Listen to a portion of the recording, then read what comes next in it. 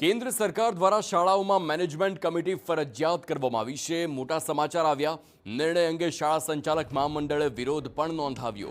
Granted શાળાઓમાં પણ ગાઈડલાઈનના અમલથી વિરોધ। ટ્રસ્ટવાળી શાળાઓને મેનેજમેન્ટ કમિટીમાંથી મુક્તિ આપવાની માંગ ઉઠી છે।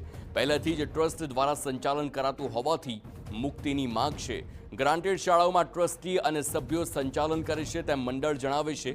એક શાળામાં બે સંચાલન વ્યવસ્થા ન ચાલી શકે।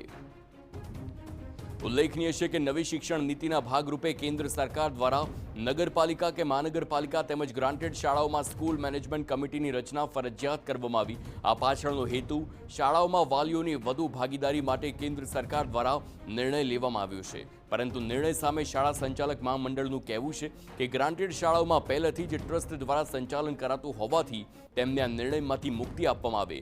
એક શાળામાં બે સંચાલન વ્યવસ્થા ન ચાલી શકે તેવી દલીલ સાથે શાળા સંચાલક મહામંડળે વિરોધ નોંધાવ્યો। દ્વિમુખી રાજ્ય પદ્ધતિ કોઈ સંજોગોમાં ના ચાલે। અમારા સંચાલકનો સમાવેશ એસએમસીમાં કર્યો નથી।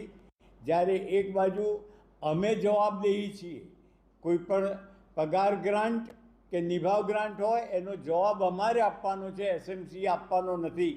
તો એવા સંજોગોમાં બહુ અમારી સ્પષ્ટ રજૂઆત છે કે એસએમસીની અંદર કેન્દ્રના કાયદામાં આવી કોઈ જોગવાઈ ના હોવાથી ગ્રાન્ટેડ શાળાઓને આમાંથી મુક્તિ આપવી જોઈએ।